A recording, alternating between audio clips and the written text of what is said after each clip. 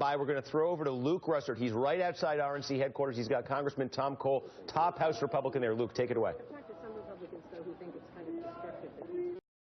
Yeah, hey, Steve. I'm here with Tom Cole of Oklahoma. Sorry, we're on live TV. Just want to ask him a question.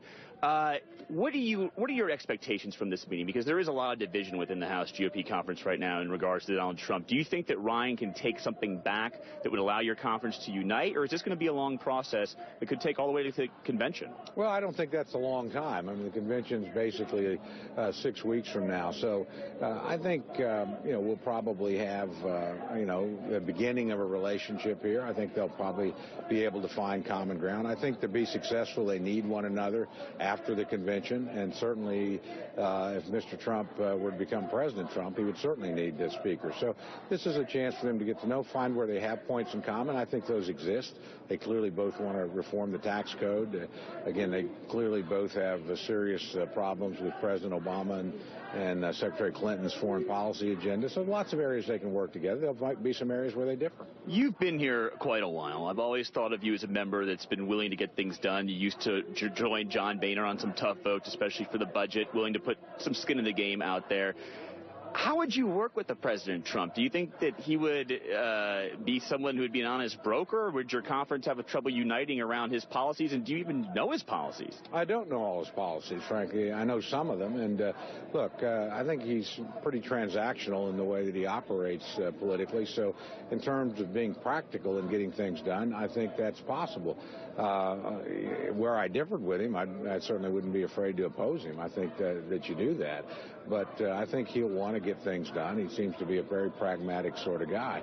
But again, that's one of the things that's why this meeting's important is where most of us are learning about him now. The impressions that not just Speaker Ryan have, but, Kevin McCarthy and Steve Scalise, Kathleen Morse-Rogers, what do they come back and tell us from a meeting like that? It's going to be pretty important.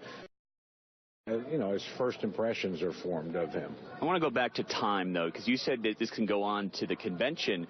It strikes me, though, if you have such division between the speaker, who's been the de facto leader of the Republican Party, and the nominee that goes on for 6 weeks, that could be difficult.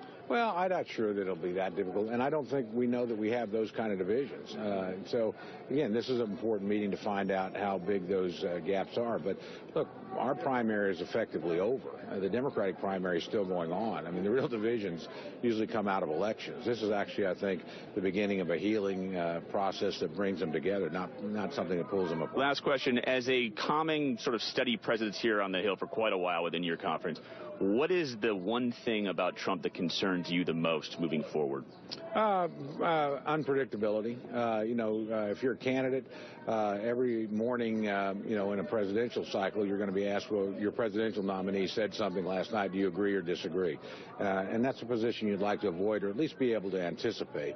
Again, I think he's very much a work in progress as a candidate. Most candidates because they've run for other offices, they've cast votes, they've made decisions. So you've got a pretty good idea where they're going to come down. I think in Mr. Trump's case, that's just not the case.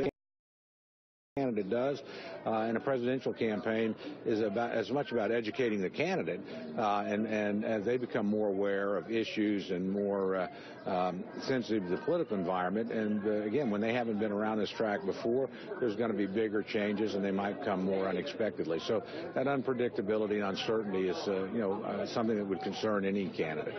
Tom Cole, Oklahoma, thank you so much. So, Steve.